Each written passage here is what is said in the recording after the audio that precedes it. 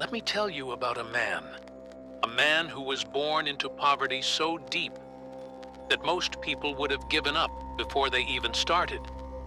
A man who had nothing, no money, no connections, no education beyond what he could teach himself. But he had one thing, one burning desire, one obsession that would not let him rest. His name was Napoleon Hill. And this is the story of how a poor, rejected writer became one of the most influential philosophers of wealth and success the world has ever known. It was 1883. In the mountains of Virginia, a baby boy was born to a poor family. His name was Napoleon Bonaparte Hill.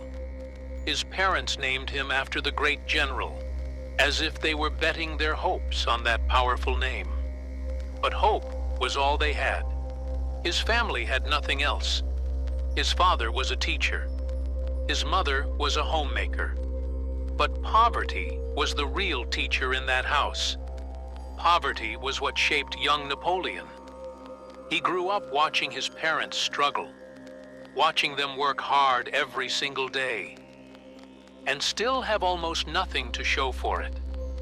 He saw his mother get sick because they could not afford a doctor.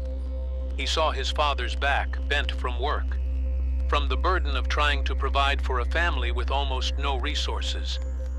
And he learned something very early. He learned that being poor was not just about money. It was about feeling powerless. It was about watching dreams die because there was no money to chase them.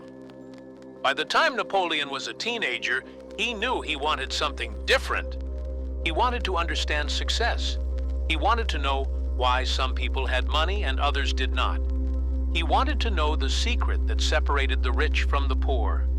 So he did what poor, hungry young people do. He started reading. He read everything he could get his hands on. Books about successful people, books about business, books about philosophy and self-improvement. And he started writing. He would write down his thoughts, his observations, his theories about what made people successful. He would fill notebook after notebook with his ideas. But here is the truth that nobody tells you about becoming a writer.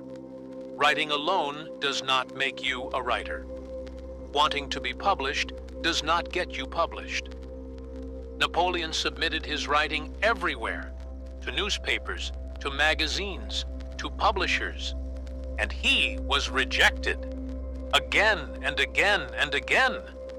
Editors would read his work and send it back with a note that said, "Not good enough, too long, too confusing, not what we are looking for." Each rejection felt like a knife. Each one told him the same thing. You are not good enough. Your ideas are not valuable. Give up. And he was still poor, still struggling, still wondering how he would pay for his next meal. He worked different jobs to survive. He was a coal miner. He worked in the railroad yards. He did whatever work he could find, work that paid just enough to keep him alive. But in the evenings, and on days off, he would write. He would write in candlelight because he could not afford good lamps. He would write on paper that was almost worn through because he could not afford fresh supplies. He would write in the cold because he could not afford enough coal for heat. And every rejection letter would come, and every time he would feel that same pain, that same doubt. But something inside him refused to quit. This was the moment that shaped Napoleon Hill. This was the fire that would burn in him for the rest of his life. It was not a comfortable moment. It was not an easy moment. It was a moment of desperation and pain and absolute refusal to surrender. In his 20s, Napoleon Hill was still struggling, still poor, still rejected as a writer. But he had an idea. He would become a journalist. He would interview successful people. He would ask them their secrets. and he would write about what he learned. So he got work as a journalist, work that barely paid enough to survive. And he started interviewing people, rich people, successful people, people who had built empires from nothing. And he was hungry, literally and figuratively, hungry for knowledge, hungry to understand the secret of success. One day, he was assigned to interview a very famous man, a man named Andrew Carnegie, one of the richest men in America, a man who had built a steel empire.